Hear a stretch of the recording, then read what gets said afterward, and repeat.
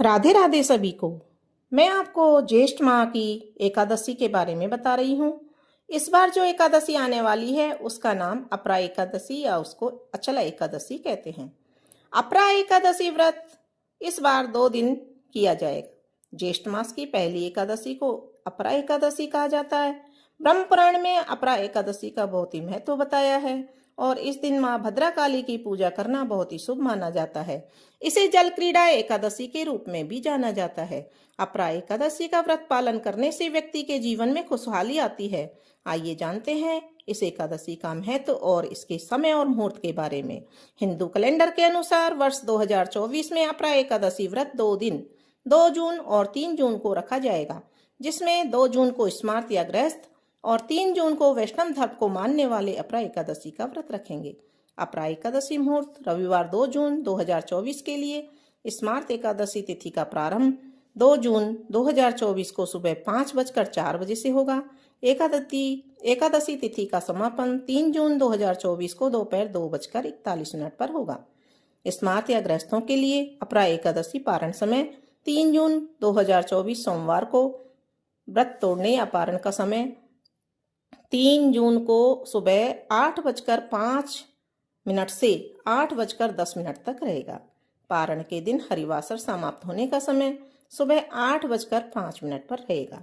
अपरा एकादशी रविवार 3 जून 2024 का जो मुहूर्त है, एकादशी तिथि का प्रारंभ होगा 2 जून 2024 को सुबह 5:04 से।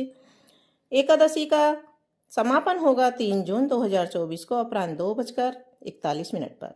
वैष्णव अपराध एकादशी का पारण समय जो रहेगा 4 जून को सुबह 5:23 से 8:10 तक। इस दिन द्वादशी सूर्योदय से पहले ही समाप्त हो जाएगी। अब आओ जानते हैं हम अपरा एकादशी का महत्व। धार्मिक ग्रंथों के अनुसार ज्येष्ठ माह में अपरा एकादशी और निर्जला एकादशी पड़ती है।